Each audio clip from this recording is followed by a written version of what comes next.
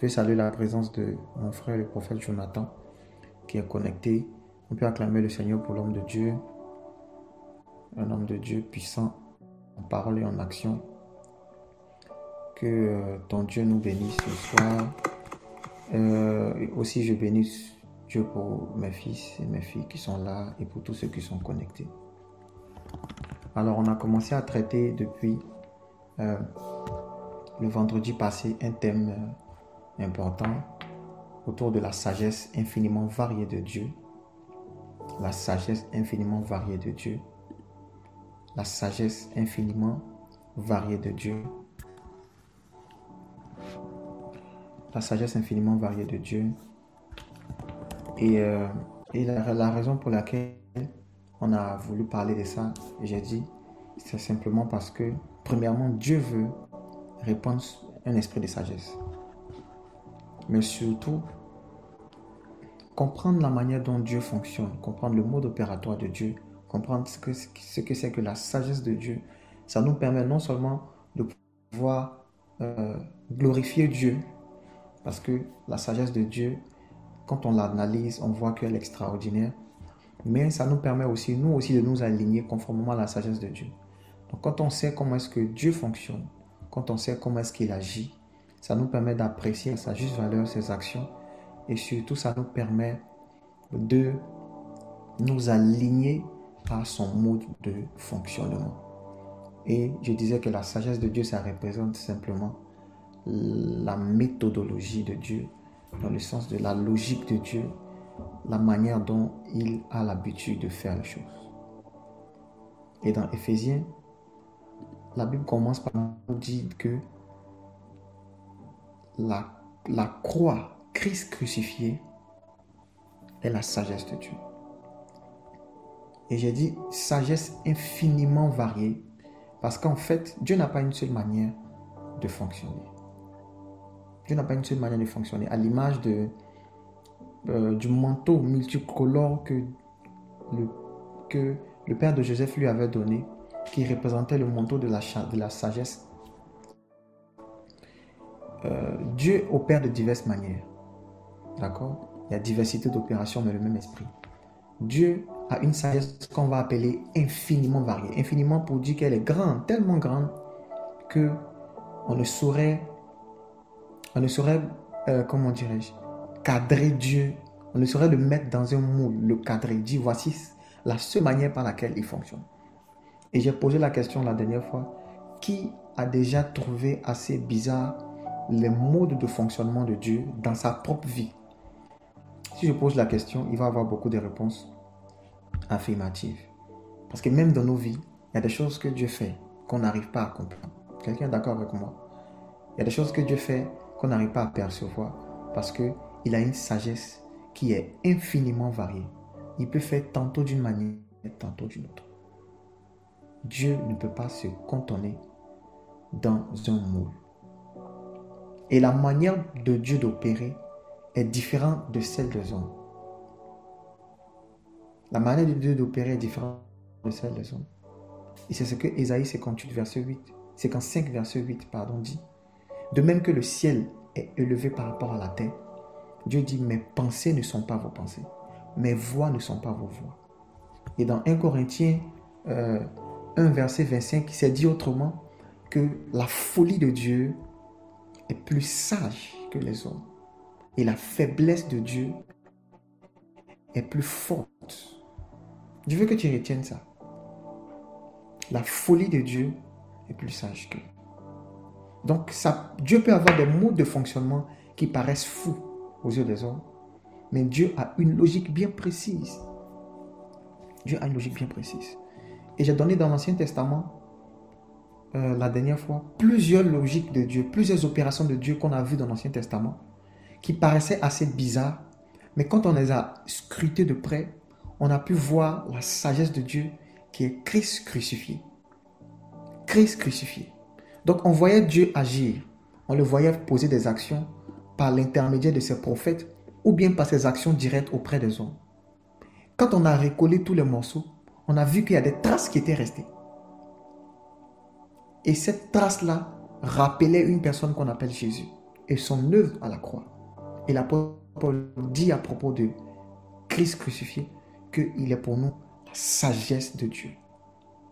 Et Dieu fait la majorité des choses conformément à l'œuvre de la croix. Quand il a habillé Adam et Ève dans le jardin, il avait pensé à Christ. Quand il a demandé à Abraham d'aller donner son fils, il avait pensé à Christ. Quand il a utilisé l'arche pour sauver Noé et sa famille, il pensait à Christ. La dernière fois, le prophète prend un bois pour faire surnager un fer. C'était Christ. Moïse prend le bâton, il frappe le rocher. C'est Christ. Le prophète prend, comment dire,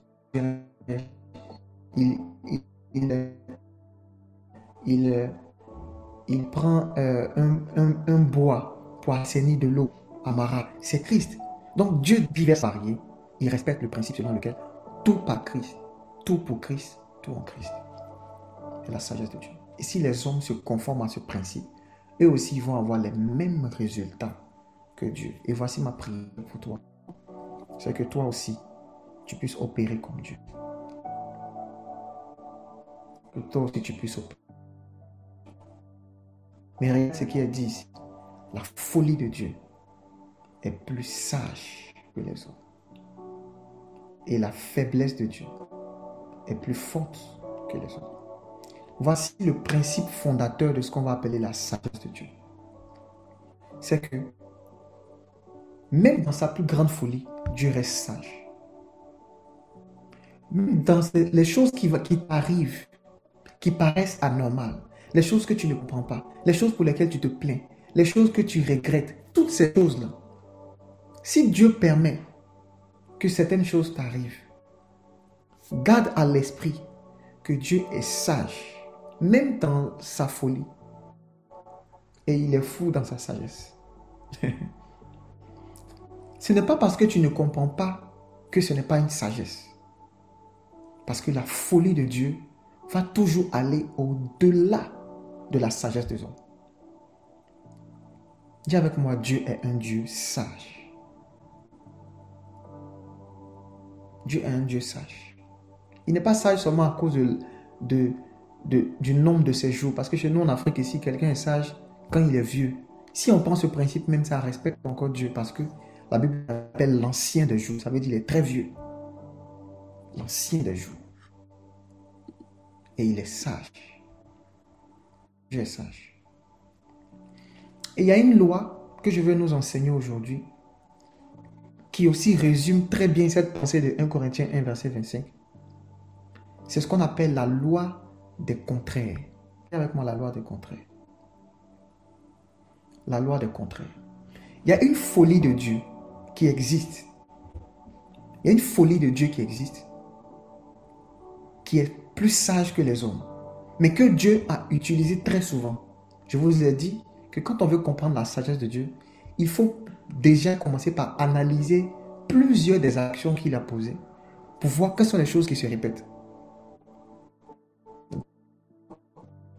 Et si vous observez le fonctionnement de Dieu, vous allez voir qu'il y a un principe qu'il a respecté depuis des siècles. C'est la loi des contraires.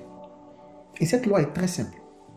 C'est que souvent dans la sagesse de Dieu, le meilleur moyen d'obtenir une chose, c'est d'aller vers son contraire. Dans la sagesse de Dieu, le meilleur moyen d'obtenir une chose, c'est d'aller vers son contraire. Et je peux te donner plusieurs exemples. Par exemple, le moyen d'obtenir la vie, celui qui veut préserver sa vie va la perdre. Mais celui qui perd sa vie va la gagner. Quiconque veut me suivre doit porter sa croix, il doit mourir. Il faut mourir à soi pour pouvoir recevoir la vie de Dieu. Vous avez vu? C'est un principe basique. Pour pouvoir avoir la vie, il faut que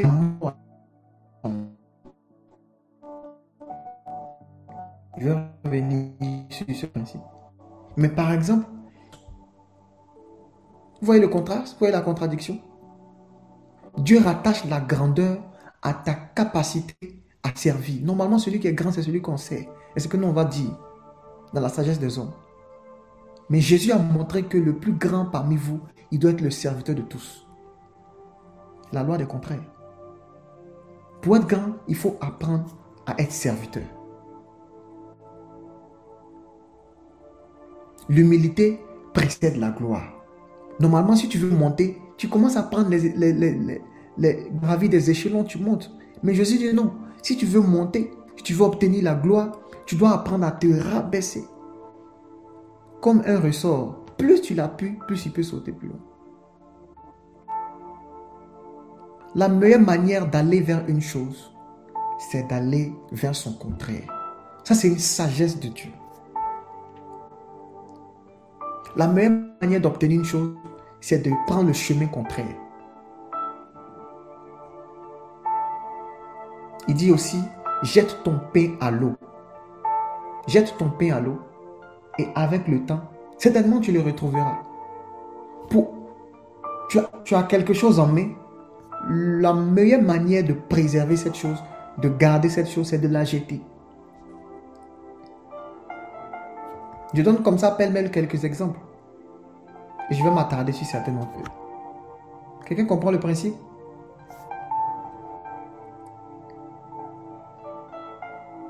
Jette ton pain sur la surface des eaux, car avec le temps, tu le retrouveras.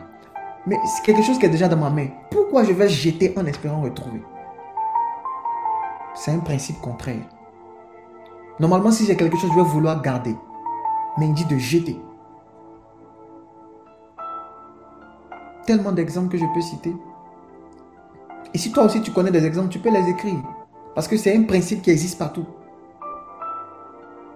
C'est résumé en cette phrase-là. La folie de Dieu est plus sage que celle des hommes.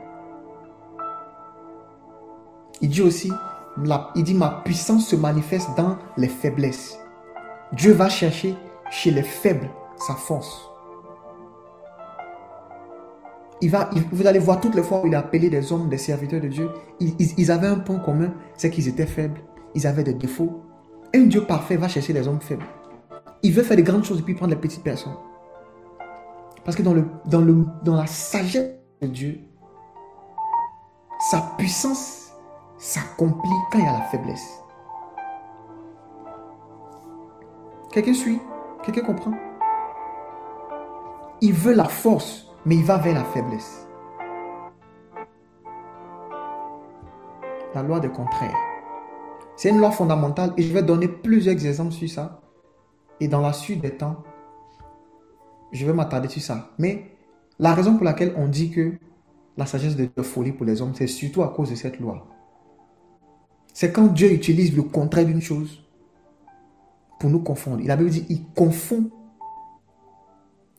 les sages. Il utilise les faibles choses pour confondre les sages.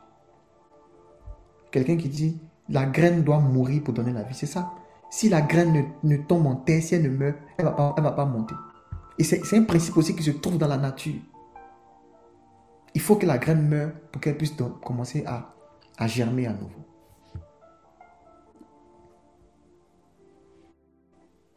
Il y a beaucoup d'exemples comme ça. Que le faible dise, je suis fort.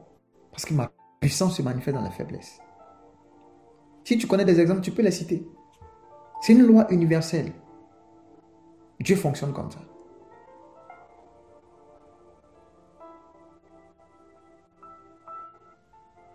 Celui qui va vouloir garder sa vie va la perdre.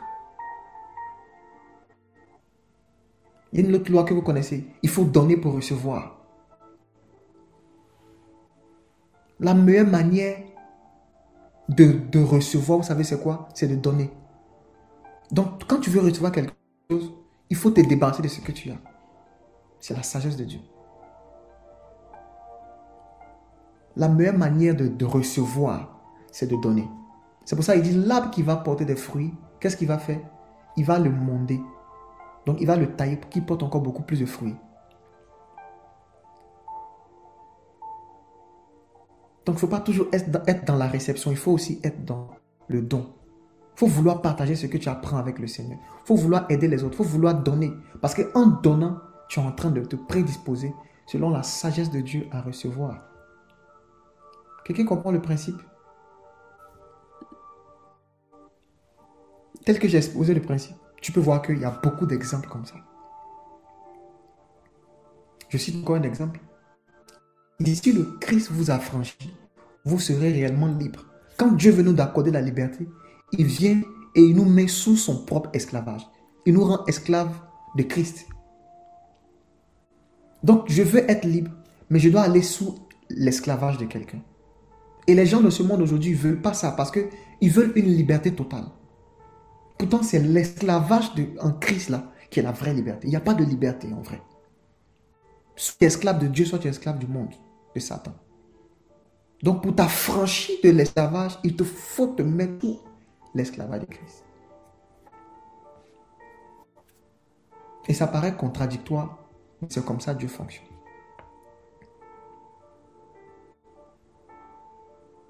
Pourquoi je suis en train de te dire ça? Parce que je vais introduire une loi. Je vais introduire un principe qui va expliquer, une sagesse de Dieu qui va expliquer beaucoup de choses qui te sont arrivées que tu ne comprenais pas. Mais qui étaient conformes à la sagesse de Dieu. Lisons Ésaïe 53, verset 5. Nous sommes dans Ésaïe 53, verset 5. Toujours dans la loi des contraires, dans la sagesse de Dieu. Vous allez voir un principe que Dieu a utilisé pour nous accorder le salut. Ésaïe 53, verset 5. Mais il était blessé pour nos péchés, brisé pour nos iniquités. Le châtiment qui nous donne la paix est tombé sur lui. Et c'est par ce meurtrissure que nous sommes guéris. C'est par les meurtrissures que nous sommes guéris. Remarquez bien dans ce passage. Qu'est-ce qui nous donne la guérison ici?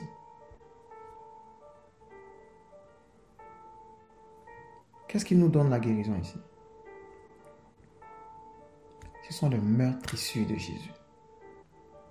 Donc Dieu a réfléchi dans sa sagesse au moyen par lequel il allait nous accorder la guérison. Et la solution qu'il a trouvée, c'était de faire souffrir Jésus.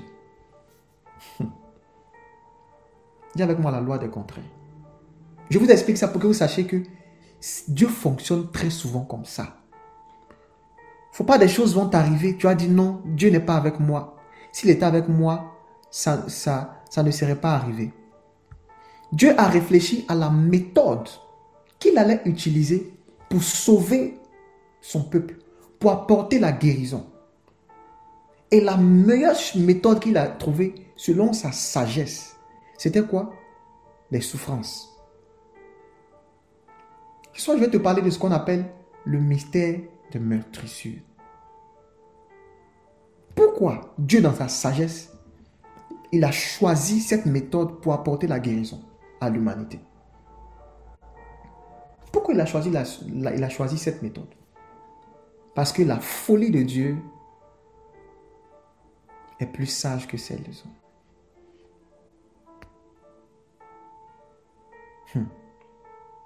Par ce meurtrissure, nous sommes guéris. Par ce meurtrissure, nous sommes guéris. Parce que contrairement à ce qu'on croit, les souffrances là, dans le monde spirituel, ont une autre connotation. Les souffrances dans le monde spirituel ont une autre connotation. Dieu ne regarde pas l'apparence. Dieu n'est pas dans l'apparent. Dieu n'est pas ce qui frappe les yeux des hommes. Dieu regarde la nature spirituelle des choses. C'est pour ça que quand Jésus est venu sur la terre, quoi qu'il soit fils de Dieu, il est venu sous une forme qui n'avait rien pour attirer les regards. Il n'avait rien pour attirer les regards. Parce que Dieu a d'autres principes, il a une sagesse qui paraît folle pour les hommes. Mais je disais, les souffrances et les meurtrissures, les douleurs dans le monde spirituel ont une connotation différente de celle que les hommes voient. Pour les hommes, la souffrance, c'est un sujet d'amertume. La souffrance, c'est une peine. La souffrance, c'est quelque chose de négatif. la souffrance, ça ne peut jamais être quelque chose de bon. Je suis d'accord avec toi. La souffrance ne peut pas être quelque chose de positif. Je suis d'accord avec toi. Est-ce que Dieu est un Dieu qui peut être corrompu par les choses négatives? Non. Maintenant, pourquoi dans son sac de sagesse, quand il veut sauver les hommes, il va chercher comme solution négative?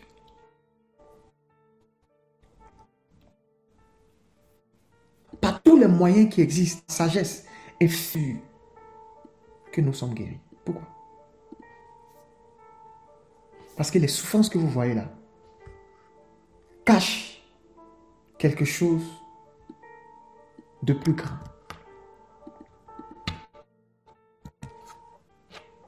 Les souffrances que vous voyez là cachent quelque chose de plus grand. 2 Corinthiens 4, verset 17.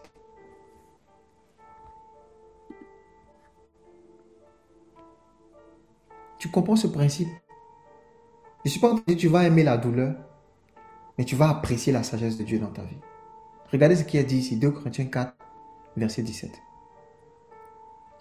Car nos légères afflictions du moment produisent pour nous, au-delà de toute mesure, quoi? Un poids éternel de gloire. La souffrance là, l'affliction là, la Bible même précise qu'elle est légère, parce que Dieu ne veut pas te tuer.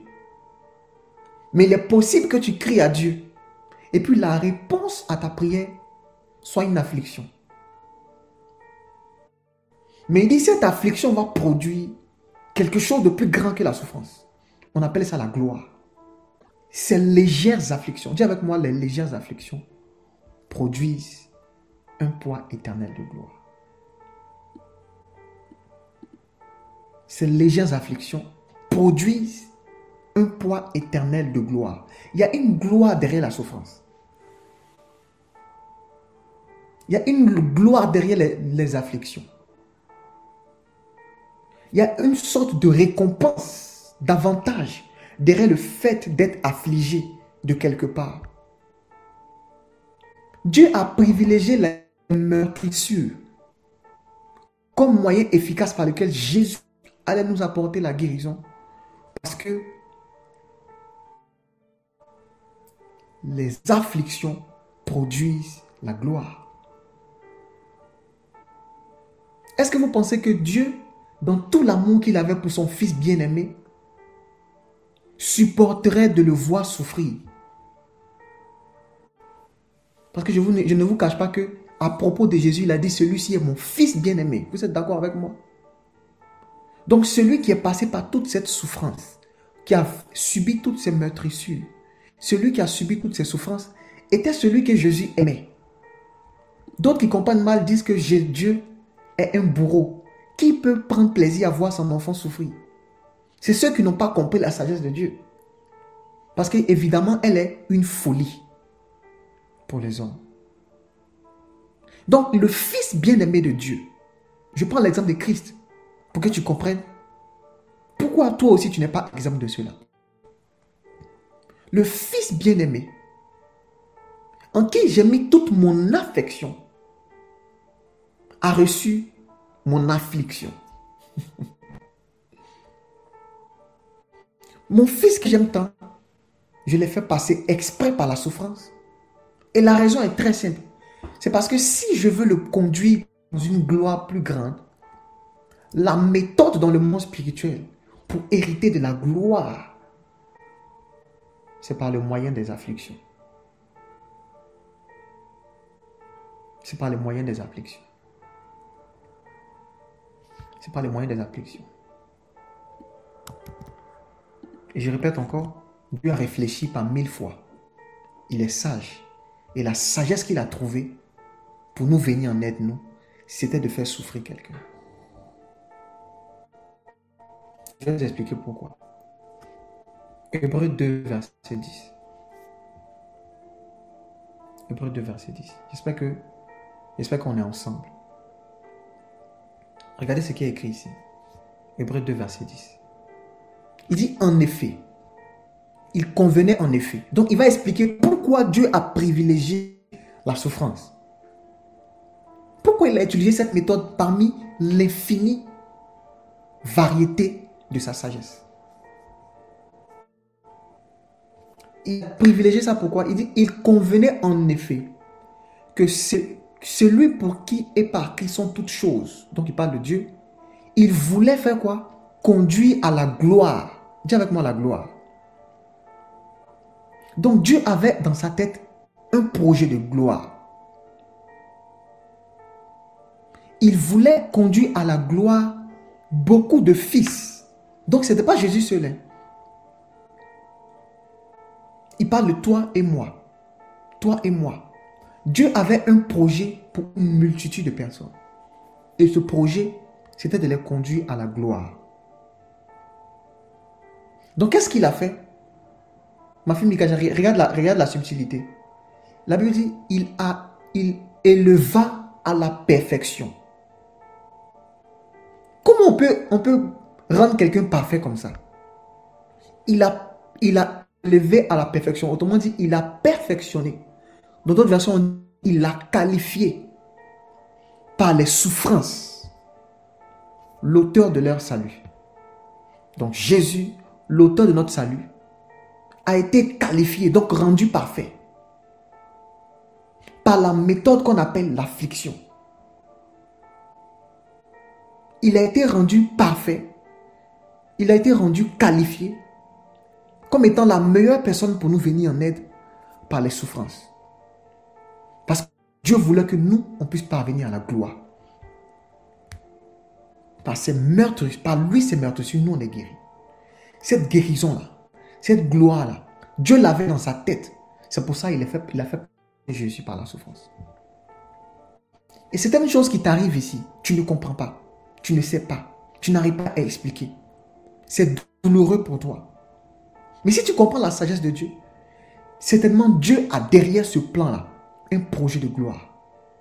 Non seulement pour toi, mais aussi pour d'autres personnes autour de toi. Celui qui doit être l'auteur du salut des autres passe très souvent par la souffrance. Mais la gloire, c'était pour Jésus parce qu'il a obtenu une place que nul ne peut avoir dans le monde spirituel. Mais nous aussi, on a eu droit à cette même place parce qu'il nous représentait, nous. C'est une chose qui t'arrive là. Tu ne comprends pas. Mais c'est un processus de perfectionnement dans lequel Dieu est en train de t'emmener. Pour te conduire non seulement toi à la gloire, mais aussi pour conduire plusieurs autres personnes à la gloire. Plusieurs personnes qui sont affiliées à toi. Et certaines souffrances que tu as connues, certaines difficultés que tu as vécues, certains mots qui te sont arrivés, tu n'as pas su les expliquer. Tu n'as pas compris comment l'amour de Dieu pouvait permettre une telle affliction. Mais Dieu derrière toi, il voyait beaucoup d'autres personnes qui l'avaient conduit à la gloire au travers de cette souffrance. Il y a un niveau de gloire que toi-même tu n'auras pas dans ta vie si tu n'as pas connu un certain type de souffrance. Parce que ces légères afflictions produisent, au-delà de toute mesure, un poids. Dis avec moi, doxa. Un poids éternel de gloire. Que ta gloire descende. Souvent, tu es en train de demander ça à Dieu. Il t'a donné la gloire, mais tu t'es fâché. Parce que c'est venu sous une forme que tu ne sais pas, qui est la sagesse de Dieu. Pourquoi c'est à moi seulement que ça arrive? Pourquoi pour les autres ça marche? Pour moi, ça ne marche pas. Jésus a dit la même chose sur la croix. Mon Père, pourquoi m'as-tu abandonné? Je suis sûr que Dieu a répondu quelque part dans son cœur là-bas en lui disant, c'est pas tes meurtrissures qu'ils vont être guéris.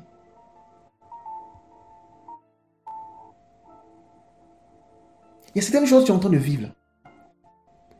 Dieu veut sauver d'autres personnes qui vivent la même situation. Dieu veut aider d'autres personnes qui passent par le même problème. Parce que ces légères afflictions produisent en toi et aussi pour tous ceux qui sont rattachés à toi, une gloire qui devient disponible.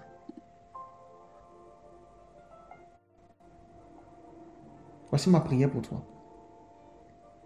Voici ma prière pour toi. Peu importe ce qui arrive à toi, que cela soit un sujet de gloire au nom de Jésus. Que tu ouvres tes yeux, que tu puisses voir derrière les légères afflictions combien est grande la gloire qu'il te réserve. Les problèmes là vont durer ne serait-ce qu'un temps. Mais la gloire là, ça sera éternel. Il dit légères afflictions, mais poids éternel de gloire. Je vois Dieu faire venir vers toi une récompense éternelle au nom de Jésus. Une gloire plus grande. Si dans sa sagesse, il a plusieurs manières de faire. Si parmi les méthodes qu'il a choisies dans son amour pour toi, il a privilégié de laisser dans ton corps une certaine affliction, dans ta vie une certaine affliction, quelque chose que tu veux que ce soit parfait, mais qui n'a pas encore réussi à être parfait jusqu'à présent, quelque chose qui te fait encore mal, quelque chose qui t'attriste encore, s'il y a une quelconque affliction qui te trouble encore, conformément à la volonté de Dieu, c'est que Dieu voit derrière ça, au-delà de ça, il voit une gloire plus grande. Il voit une gloire plus grande. Pourquoi? Pourquoi?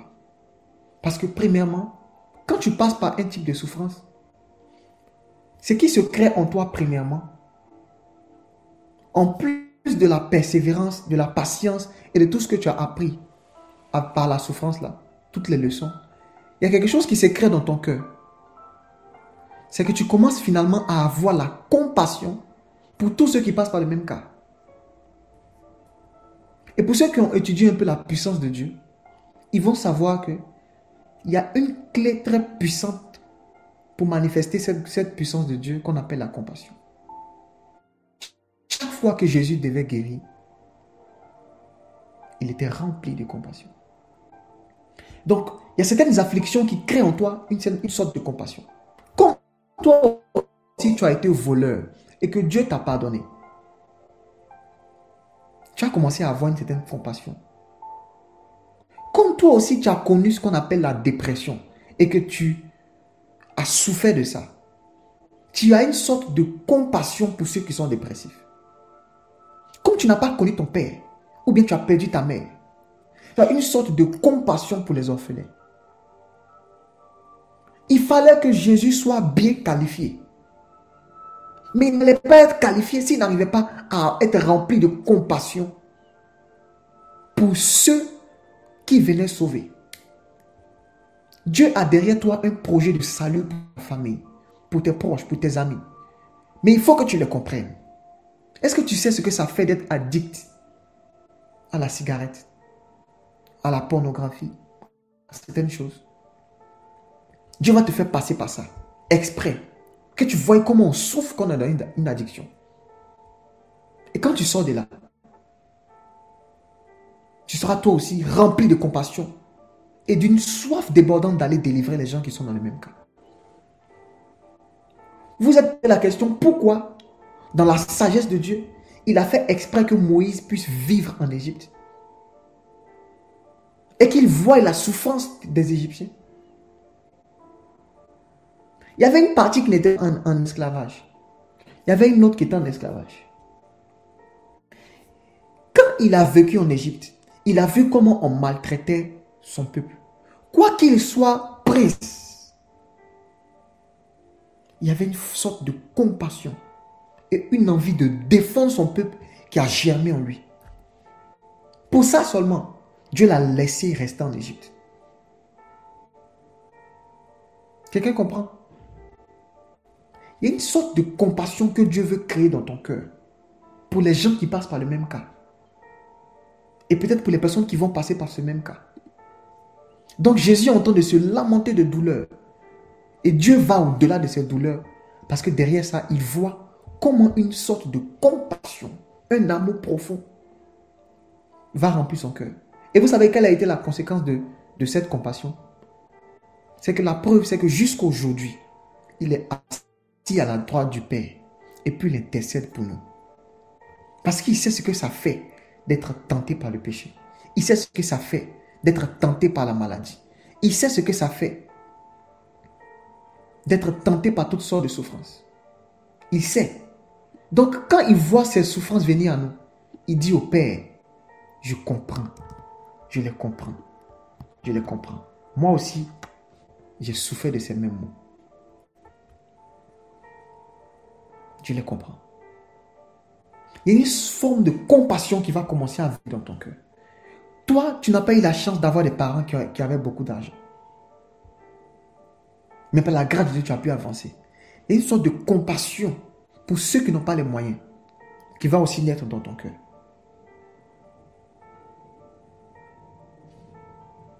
Fils, commence par le verset 14.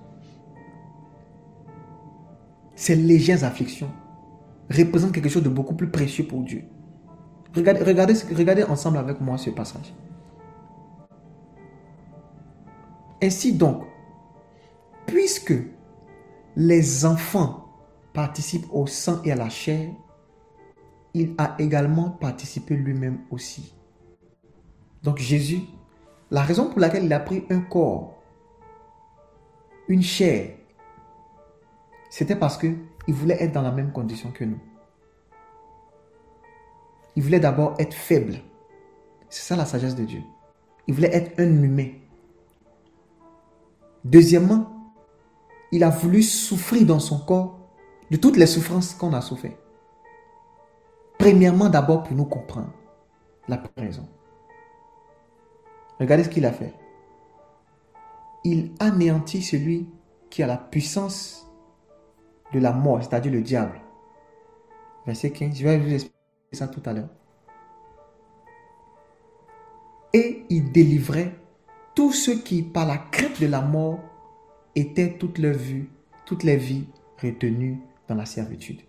Donc, il prend un corps humain, il va jusqu'au séjour des morts, il brise le séjour, le gardien, il brise Satan, si tu veux. Il nous délivre de la servitude et de l'esclavage. Et qu'est-ce qu'il fait après? Au verset 16. Donc, il dit au verset 16, car assurément, ce n'est pas des anges qui viennent en aide, mais à la postérité d'Abraham. Donc, ça veut dire qu'il vient en aide à des hommes. Comme il vient en aide à des hommes, il fallait qu'il prenne une forme humaine. Il faut qu'il soit de la même condition que nous. Parfois, Dieu va faire exprès de te mettre dans la même condition que les gens qui veulent t'emmener à sauver.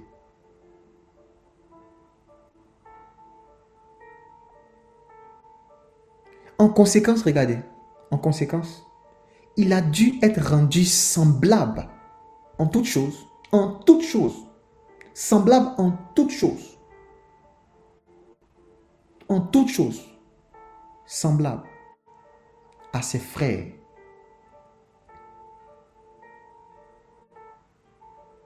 Afin que il puisse être le souverain sacrificateur miséricordieux et fidèle pour faire l'expiation du péché du peuple. Vous voyez?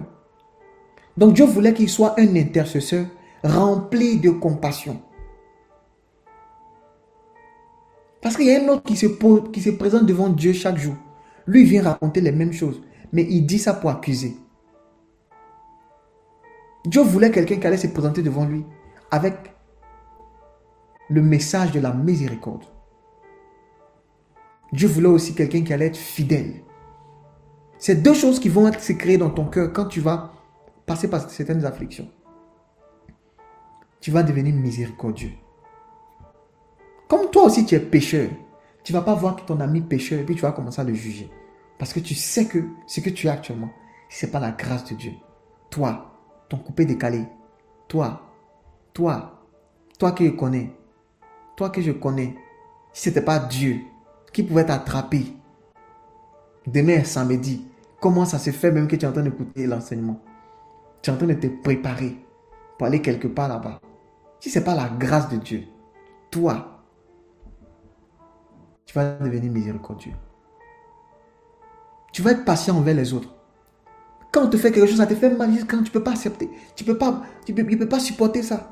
Parfois, Dieu permet que certaines personnes te blessent un peu. Ce que tu appelles, il m'a blessé, il m'a frustré, il m'a blessé là. Ça aussi, ça fait partie des légères afflictions. Tu amènes bien. Toi, tu es qui, puis on ne te parle pas. Dieu va envoyer des gens même qui te parlent bien. Ça va te frustrer un peu. Maintenant, quand toi-même tu sais que tu n'es pas quelqu'un de bien, tu vas apprendre à être miséricordieux envers les gens. Comme Dieu est patient avec toi, tu vas apprendre à être patient avec les autres. Jésus dit, pardonne-leur. Ils ne savent pas ce qu'ils font. Toi aussi, tu dois être capable de tenir ce langage-là. Pardonner les autres. Te dire aussi qu'ils ne savent pas ce qu'ils font. S'ils avaient eu la grâce de Dieu, ils n'allaient pas se comporter comme ça. Être tempérant envers les gens. Oui, ta famille n'a pas fait ce que tu espérais, mais tu as dit, c'est ma famille. S'ils avaient Jésus, ils n'allaient pas me traiter comme ça. Ça va produire en toi la compassion. Et Dieu a besoin de cette compassion-là pour guérir les autres, pour aider les autres, pour venir en aide aux autres. Je prie au nom de Jésus que les épreuves par lesquelles tu passes deviennent pour toi une source de guérison pour les autres. Je disais, Dieu fait de toi quelqu'un de qualifié pour aider les autres. Justement à cause de cette souffrance. Parce qu'encore une fois, ces légères afflictions produisent au-delà de toute mesure un poids éternel de gloire. Fils, mets-moi le dernier verset, verset 18. Car ayant été tenté lui-même dans ce qu'il a souffert, il peut maintenant secourir ceux qui sont tentés. C'est pour ça qu'il a appelé ça la qualification. Donc maintenant tu es qualifié. Tu as été tenté dans quelque chose dans lequel tu as souffert. Ça crée en toi une sorte de compassion. Tu es maintenant qualifié pour aider quelqu'un. Quelqu'un comprend comment Dieu, dans sa sagesse, il a fonctionné. Pourquoi il a vu Jésus souffrir, mais il l'a laissé? Pourquoi il y a certaines choses dans ta vie que Dieu ne va pas enlever maintenant? Pourquoi, malgré tout, il a permis que tu passes par certaines choses? Ce n'était pas pour te conduire à la mort. C'était pour créer ça en toi. Que tu deviennes rempli de miséricorde. Que tu deviennes qualifié pour aider plusieurs autres autour de toi. Je vois Dieu se saisir de tes faiblesses, de tes souffrances, de tes rejets, de ton amertume, de ce que tu appelles difficultés. Je vois Dieu utiliser ça pour venir en secours aux gens autour de toi. C'est la sagesse de Dieu. Premièrement, ça crée en nous une forme de compassion. Mais il y a une deuxième chose beaucoup plus profonde que ça crée en nous, que vous n'avez pas remarqué. Pourquoi, ma fille Mikaja, pourquoi Dieu veut nous donner la vie et puis laisse la mort agir en Jésus? Pourquoi? Il veut produire la vie. Oh Seigneur Jésus. Mais il laisse la mort agir exprès jusqu'à 3 jours dans le corps de Jésus. Et puis après maintenant, il y a quelque chose qui se crée et puis il revient à la vie. Ça répond à un système, un principe naturel, scientifique, qu'on appelle l'immunité. Un principe scientifique qu'on appelle l'immunité. Immunité. Pourquoi c'est par ce meurtrissure que nous sommes guéris? Dis avec moi immunité. Immunité. Dis avec moi immunité. Le principe de l'immunité est très simple. C'est que le corps humain a un fonctionnement naturel qui fait en sorte que, oh Jésus, lorsqu'un virus affecte ton corps, tu sais ce qui se passe? Ton corps va produire des cellules pour contrecarrer ce virus. Quand ces cellules vont attaquer le virus, ça va créer d'autres types de virus, d'autres types de cellules qu'on appelle les anticorps. Les anticorps. Et le virus va être combattu. Maintenant, il est dit scientifiquement que après ce combat, dans ton corps, il y a ce qu'on appelle des cellules de mémoire. Je ne sais pas si je prononce bien. Mais il y a une sorte de mémoire qui va rester dans ton système immunitaire. En sorte que, comme ton corps a déjà combattu de tels virus, la prochaine fois que même virus vient, le remède est déjà là. Donc, tu es tombé malade une fois. Tu as été affecté une fois. Ton corps a créé un système de défense. Oui, tu as souffert un peu pendant quelques temps. Mais après, tu es revenu à la guérison. Mais il y a quelque chose qui est resté en toi. Qui va faire que le mal là ne peut ni te toucher. Et il est prouvé même que cette immunité même peut être transmise de façon générationnelle. Ça veut dire avec le papa avait une maladie. Il a combattu contre cette maladie. Il a vaincu la maladie. Son système immunitaire est devenu configuré en sorte que cette maladie ne peut plus agir dans son corps. Sa descendance après lui, qui va hériter de son sang, de ses cellules, de son ADN, va aussi hériter de son immunité.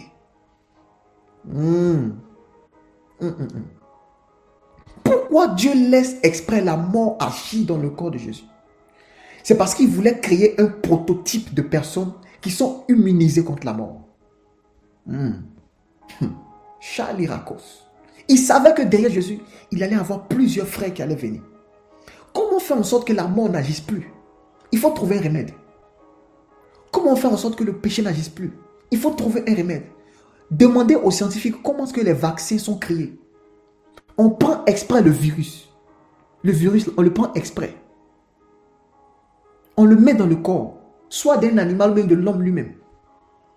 Quand le corps, le système immunitaire réagit au virus, ça produit d'autres types d'anticorps. Ce sont ces anticorps-là qu'on prend pour te donner maintenant, toi. Et puis ça devient un vaccin. Et puis quand la maladie vient, c'est comme si elle avait déjà rencontré des cellules qui étaient préparées pour combattre ça. Dis avec moi l'immunité. Parce que c'est pas parce que c'est l'œuvre de la croix, c'est pas parce que c'est quelque chose qui est écrit dans la Bible qu'on ne peut pas comprendre. C'est pas parce que ce sont des choses spirituelles que ça ne peut pas s'expliquer. C'est pour ça que vous allez voir dans le désert, lorsque le serpent des reins a mordu les enfants d'Israël, dans la sagesse de Dieu, il a demandé à Moïse, prends un serpent, mets sur le bois, fais une statue comme ça, et puis ils n'ont qu'à regarder, ils vont être guéris. Et pour ceux qui connaissent un peu les pharmaciens, c'est ce symbole-là que les pharmaciens ont utilisé. Le serpent qui est enroulé sur le bois, sur la croix. Comme pour dire que c'est ce qui t'a mordu là. C'est ça encore qui a te guéri. Pourquoi? Parce que l'épreuve là va produire en toi une gloire. Oh, Shadi lava kumu. Pale seketava. Mandi leveko. Il est devenu immunisé contre la mort. Pourquoi il a laissé exprès que la mort entre en lui? Il voulait créer des anticorps. Il voulait créer un système immunitaire, un nouveau prototype d'homme qui est immunisé contre la mort. Devant qui la mort ne pourra pas agir. Devant qui le péché ne pourra pas agir. Il a laissé exprès la souffrance l'a frappé Jésus. Vous pensez que Dieu est bête? C'est un principe scientifique. Il savait que si la mort entre dans le corps, si la mort agit pendant un certain temps, le système va commencer à créer quelque chose pour se défendre. Et le Saint-Esprit, c'est un esprit de vie. Quand la mort agit dans le corps de Jésus, la vie a commencé à sortir. L'Esprit de Dieu, le même esprit qui a redonné, qui a ressuscité Jésus d'entre les morts, habite aussi en vous. Le Saint-Esprit s'est mis en action. Je ne peux pas cohabiter avec la mort. Il faut qu'on combatte ça.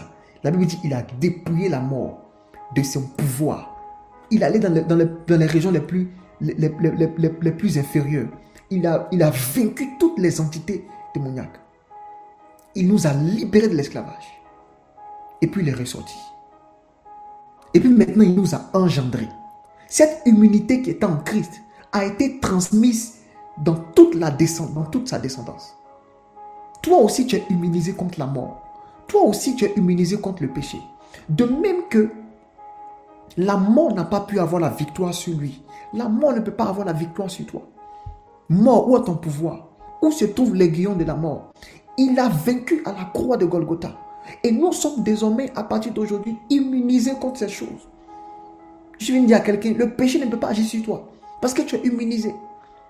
La mort ne peut pas agir sur toi parce que tu es immunisé. Il y a un système de défense qui s'est créé en toi à cause de la mort de Jésus, qui devait produire en toi la vie. C'est une sagesse, oh merci fils, c'est une sagesse qu'aucun des chefs de ce siècle n'a connue.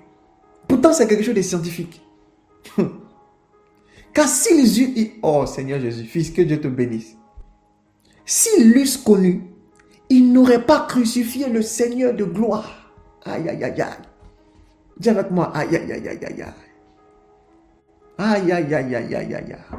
Si Satan savait que en le frappant de mort, il était en train de créer un système immunitaire de défense, il n'allait pas faire ça. Parce que quand tu veux immuniser quelqu'un contre une maladie, tu mets en lui la maladie. Son corps va réagir. Son corps va faire pendant quelques temps. Mais après, il sera immunisé. Et il ne pourra plus encore avoir la maladie. C'est mieux de le blesser un peu, voilà, de le toucher à côté. Mais si tu laisses le virus entrer, son système immunitaire, c'est « Oh Jésus ». Si Satan savait ça, il n'allait pas crucifier. Et c'est la même erreur que Satan vient commettre toujours dans ta vie.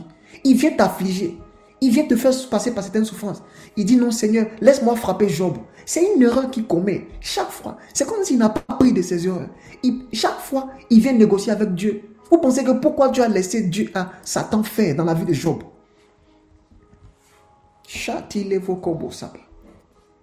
Dieu est sage. S'il a laissé Satan faire, c'est qu'il sait que Satan ignore une réalité, une sagesse de Dieu cachée. S'il a laissé Satan te faire passer par cette difficulté, pourquoi tu es né de cette famille? Pourquoi tu as connu de telles souffrances? C'est parce qu'il voulait t'immuniser. Satan voyait comme s'il avait droit sur ta vie pendant un temps. Mais Dieu voyait l'immunité qui allait être créée au travers de cette souffrance. Dieu voyait comment ton corps allait finalement devenir rigide à ces choses. Comment après cette souffrance, tu devenir un instrument de salut pour plusieurs personnes qui s'est laissé, qui était frustré par le fait que Dieu n'agissait plus dans son peuple parce qu'il ne voyait pas ce que Dieu avait fait comme pour ses pères. Il a laissé exprès parce qu'il voulait créer en lui un vaillant héros. Ils sont en train de prophétiser à quelqu'un. Si Satan fait l'erreur de t'attaquer par des souffrances et que Dieu le laisse faire, c'est parce que dans sa sagesse, il est en train de créer en toi une sorte d'immunité. Après ce soir, tu ne vas plus voir les souffrances comme tu les voyais. Soit Satan te laisse tranquille, soit il t'afflige. Si il te laisse tranquille, c'est bénéfique pour toi. S'il t'afflige, c'est encore bénéfique pour toi. Parce que finalement, la Bible dit quoi? Toutes choses concourent au bien de ceux qui aiment Dieu, de ceux qui sont appelés à son dessein. S'il envoie la souffrance, ça sera pour ton bien. S'il envoie il ne te touche pas. Dans tous les cas, nous sommes plus que vainqueurs. Moi, je suis plus que vainqueur. Il n'y a que des avantages en Christ. Parce que ce que tu appelles souffrance là, ça cache un poids éternel de gloire.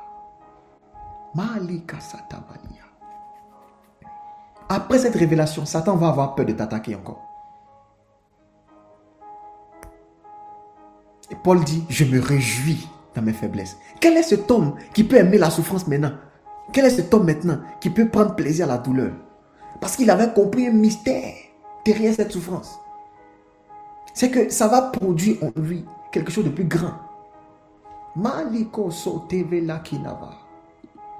Mandelevegedish. Presutevania. Dis avec moi, Dieu est sage. Dis Seigneur, merci pour ta sagesse. Si tu comprends ces choses, en tout temps, Tu vas rendre grâce à Dieu en tout temps. En tout temps. En tout temps. Les bons comme les mauvais. Soit ça te forme, soit ça produit en toi un poids éternel de gloire. Voici ma prophétie pour toi ce soir. Je ne sais pas quelles sont les souffrances que tu as connues. Je ne sais pas ce par quoi tu es passé. Je ne sais pas ce de quoi tu as été affligé. Mais je suis venu prophétiser sur ta vie. À partir d'aujourd'hui, tu es immunisé contre ces choses. Tu deviens une source de salut pour plusieurs personnes. Comme il y a en toi ce système immunitaire qui est activé, tu deviens une source de délivrance pour les autres. Toi aussi, tu vas apporter le salut aux autres. Toi aussi, tu vas prêcher la bonne nouvelle aux autres. Toi aussi, tu vas prouver aux autres qu'on peut être dans cette situation en sortir vivant parce que Dieu l'a fait pour moi. Je suis venu dire à quelqu'un ce soir, ce que tu appelais souffrance, en vrai, c'était une étape que Dieu voulait utiliser pour te qualifier, pour te perfectionner. Dans sa sagesse glorieuse, il voyait un poids éternel de gloire. Oh Jésus, oh Jésus, oh Jésus, oh Jésus. Shana wangu lubuku wakatawaki. Isakawaka wangu. Mungu luvu shatawakina. Setawaki tawaki kala wangu. Mungu lubuku wasateva. Dis avec moi, je suis immunisé au nom de Jésus. Male sete kapaka. Kreke leveku suvukua. Patalimu katalavagia. Mande levegadigedush. Le suza paradika kuwa mwanga. Suzu kana wangu. Mungu lubu shatawaki. Satetebeka. Mande levegedouche. Tu ne verras plus les souffrances comme tu les voyais. Mate levegedouche. Sitakaba. Est-ce que toutes les souffrances sont de Dieu? Non. Mais si Satan fait erreur de les envoyer vers toi, comme la sagesse de Dieu est folie pour les hommes, même en pensant t'affliger, il sera en train d'accomplir les desseins de Dieu. Parce qu'en tuant Jésus, il est en train d'accomplir le plan de Dieu. Il ne l'aurait pas crucifié s'il savait. Que cette sagesse de Dieu, soit agissante dans ta vie au nom de Jésus-Christ. Parce que finalement, toute chose concourt au bien de ceux qui aiment Dieu. Je veux que tu prennes 30 secondes, que tu rendes grâce à Dieu. Habituellement, tu rendais grâce à Dieu pour les bonnes choses, entre griffes. Mais je veux que tu rendes grâce à Dieu aussi. Parce qu'il utilise les meurtrissures pour apporter la guérison. Est-ce que tu peux dire merci à Dieu pour cette sagesse? Dans ma vie, ça paraît une folie, mais faisons-le, rendons grâce à Dieu. Seigneur, merci. Tout ce qui m'est arrivé, tout ce qui m'arrive, je sais que tu avais derrière la tête un plan glorieux. Ma famille devait être délivrée des choses, mes amis devaient être délivrés de ces choses. C'est compliqué, mais je veux te rendre grâce. Je veux te rendre grâce. Je veux te rendre grâce. Je veux te rendre grâce. Quelqu'un peut prier? Je veux te rendre grâce. Chate levé. Mungulu bushata. Mwangele veketush. Isakatawa. Mungulu bushatawa. Mandile veketush. Mwangulu bushatawa. Prasete leveketush. Isakawaki. Isakawaki. Isakawaki. Kumungulu vukwate wana. Shatawaki lebwa kumungu. Mungu luvu satawaki na kuwa Mungu. Shatewaki kumungu luvu suzafeni. Mwan katawaki. Katawaki kala wangu kulubu shatawagi. Wangeleve. Seigneur Jésus, merci. Je te rends grâce. Action de grâce. Merci. Merci. Ces choses que je ne comprenais pas. Ces choses que je ne savais pas. Je n'ai pas compris pourquoi ces souffrances. Je n'ai pas aimé ces temps de souffrance. Mais je te rends grâce. Je te rends grâce. Je te rends grâce. Je te rends grâce. Je sais que tu m'aimes, mais je te rends grâce. Si tu as permis ces choses, je sais que tu m'aimes. Je te rends grâce. Dis merci à Dieu. Dis merci seulement à Dieu. Dis merci seulement à Dieu. Que la gloire te revienne, Seigneur Jésus. Parce que tu es sage. Parce que tu es sage. Parce que tu es sage. Par ces meurtrissures, nous sommes guéris. Par ces meurtrissures, nous sommes guéris. C'est ça la sagesse de Dieu. Par ces souffrances que nous sommes qualifiés. Nous sommes guéris. Et je vais terminer en nous disant, donnons quelques conseils par rapport Qu'est-ce qu'il faut faire finalement quand on passe par ce temps de souffrance?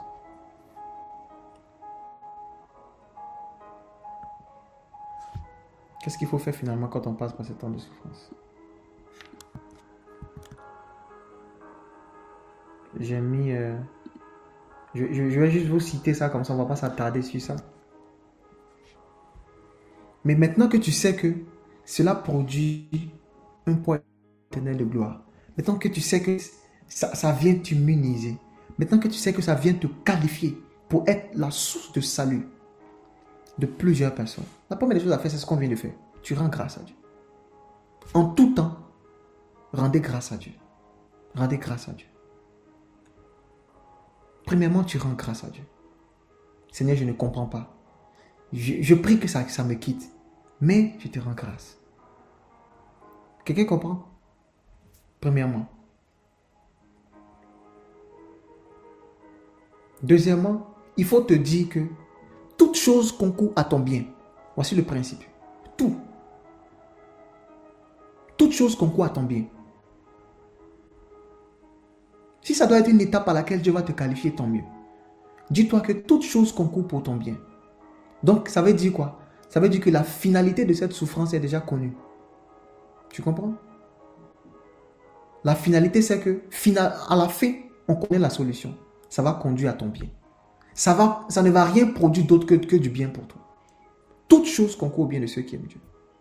Et de ceux qui sont appelés selon son plan divin. Première des choses, rendre grâce à Dieu. Deuxième des choses, se dire que ça va concourir à mon bien. Parce que de même que la souffrance là est venue, elle a un début et une fin. Le début, c'est ce qu'on a expérimenté. La fin, déjà connue. Donc c'est quelque chose de limité dans le temps. L'apôtre Paul dit légère affliction. C'est quelque chose de temporaire. Ça a un début, ça a une fin. Et la fin connue, c'est que c'est pour mon bien. C'est la deuxième des choses que tu dois te dire. Parce que je ne vais pas juste te dire à quoi c'est la souffrance, et puis je ne vais pas te donner les secrets de comment est-ce que tu te comportes quand tu passes par quelques légères afflictions. Troisième des choses, il faut réfléchir. Ecclésiaste 7, verset 14. Il faut réfléchir. Au jour du bonheur, jouis du bonheur. Donc réjouis-toi. Au jour du malheur, réfléchis. Est-ce que vous avez vu Zondi de pleurer ici? Est-ce que vous avez vu se lamenter ici? Est-ce que vous avez vu Zondi de partir raconter ça à quelqu'un? Voici les attitudes qu'il faut avoir quand tu passes par des temps de souffrance. Tu rends grâce à Dieu. Jésus faisait ça constamment. Il faut te dire que ça concourt pour ton bien. Ça a un début, ça a une fin. Ça a une fin. Et la fin est déjà connue. Troisième des choses, il faut réfléchir. Il y a toujours une leçon à tirer des situations difficiles. Toujours. Il y a parfois certaines causes aussi. Certaines choses qui peuvent causer ces souffrances. Quoique Dieu peut l'utiliser pour sa gloire, il peut avoir certaines causes. Donc il faut réfléchir simplement. Le jour du malheur, réfléchis. Quand c'est bon, il faut être content. Quand c'est pas bon, assieds-toi et puis pense à ça. Pourquoi cette situation m'est arrivée? Il y a une part, peut-être de ma responsabilité dedans. Il y a une mauvaise décision que j'ai prise. Il y a une mauvaise association que j'ai eu à faire. Et puis, il y a la souveraineté de Dieu. Donc, les décisions que je prends, je corrige ce que je dois corriger. Et puis, là où Dieu est souverain, il va faire ce qu'il doit faire. Mais quand tu passes par des temps difficiles, réfléchis. Pourquoi tu essaies ça, ça ne marche pas? Il y a peut-être un message de Dieu derrière. Réfléchis. Hein? Tu as essayé les gars européens, ils t'ont donné goumé. Peut-être que tu entends te dire que il faut chercher à marier ton frère ivoirien ou bien africain. juste pour me faire rire. D'accord? Réfléchis. Réfléchis. Ça paraît simple. Tu t'assois et puis tu penses. On n'a pas dit de pleurer. C'est pas pleurer ou bien c'est lamenter. C'est de réfléchir. Chercher des solutions. Vraiment, voilà, je peux faire ça, j'aurais pu faire ça. Pas aussi pour ça, pour culpabiliser. Non. Tu observes la situation, tu tires des leçons. réfléchis. Dernière chose, il faut prier. Jacques 5, verset 14. Et c'est explicite. Hein. L'un de vous est-il malade qu'il appelle les responsables? Verset, je ne sais pas si tu peux mettre le verset d'après. Le verset 13. Le verset combien? 13, je pense. 13. Voilà, on commence sur le verset 13. L'un de vous passe-t-il par la souffrance qu'il prie? Un autre est dans la joie qui chante des cantiques. Donc, si tu es content, il faut être dans la joie. Si tu passes par une sorte d'affliction, de souffrance, prie. Dans toutes les solutions qu'on a citées ici, est-ce que vous avez vu pleurer dedans? Est-ce que vous avez vu se lamenter dedans? Est-ce que vous avez vu s'inquiéter dedans? Partir raconter ça à ton bestie, à ta bestie. Vous avez vu ça dedans? Non. Il est dit de prier. Soit tu es en train de réfléchir à ça pour trouver des solutions, soit tu es en train de prier. Et souvent, je donne le conseil aux gens, réfléchissez en priant. C'est-à-dire, c'est dans la place de la prière qu'on y réfléchit. C'est dans la place de la prière qu'on cherche des solutions. Tu passes par un temps difficile, réfléchis. Mais dans la place de la prière. Prie. Parce que tu ne peux pas comprendre que ça vient de Dieu ou bien qu'il y a un poids de gloire dedans si tu ne pries pas. Tu ne peux pas être patient dans l'épreuve si tu ne pries pas. Tu ne peux même pas surmonter des difficultés si tu ne pries pas. L'apôtre Paul dit, je me sentais malade. J'ai prié 3 fois. J'ai prié. Il faut que tu pries. Il faut que tu pries. Donc je répète, il faut premièrement rendre grâce à Dieu. Deuxièmement, il faut te dire que tout concourt pour ton bien, ça a un début, ça a une fin. Et la fin est déjà connue. Troisièmement, il faut réfléchir. Réfléchis. Quatrièmement, il faut prier. Que Dieu bénisse sa parole. Est-ce qu'on peut acclamer pour le Seigneur Jésus?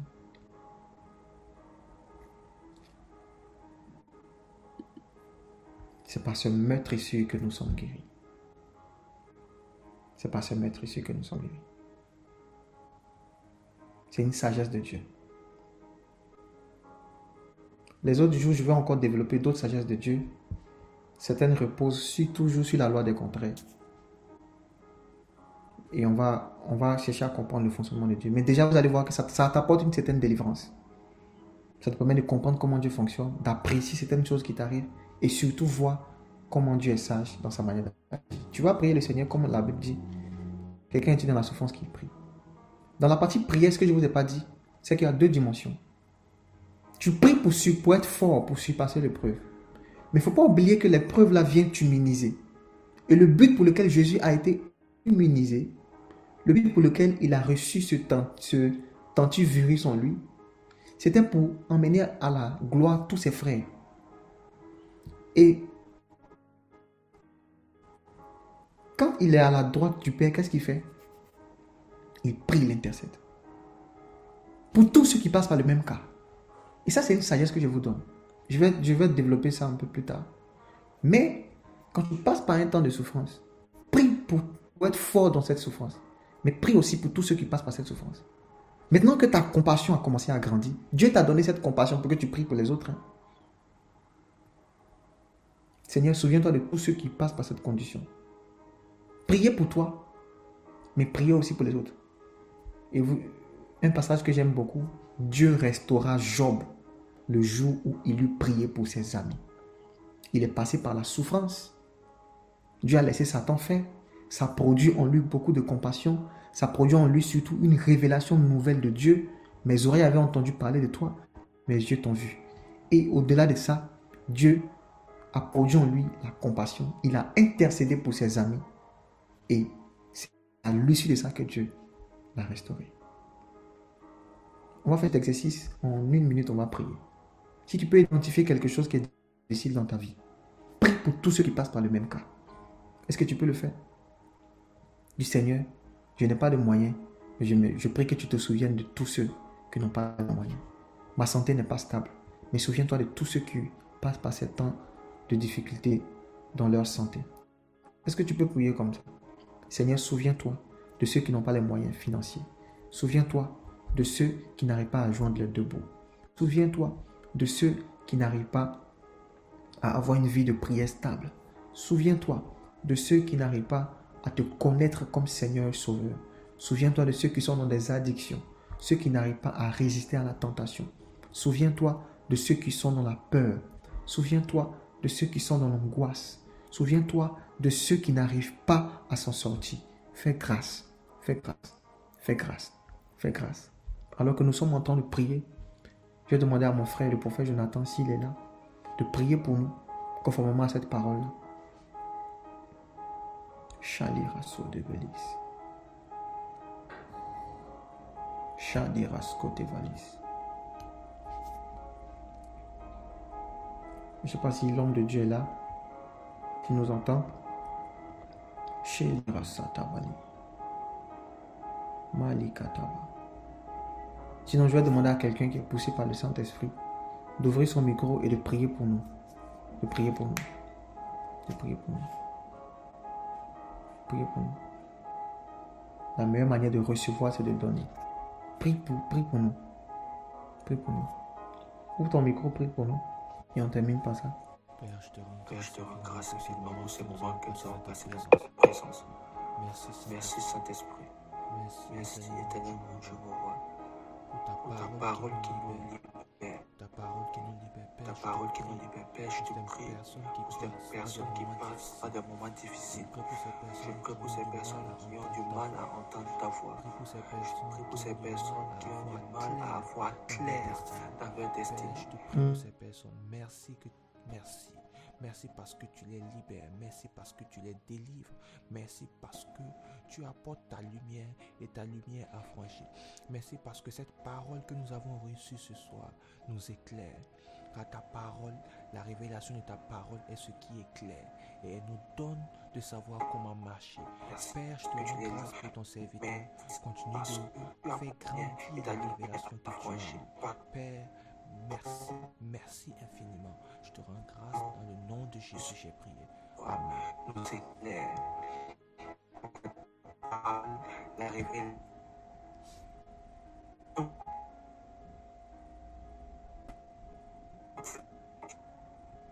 Père, merci.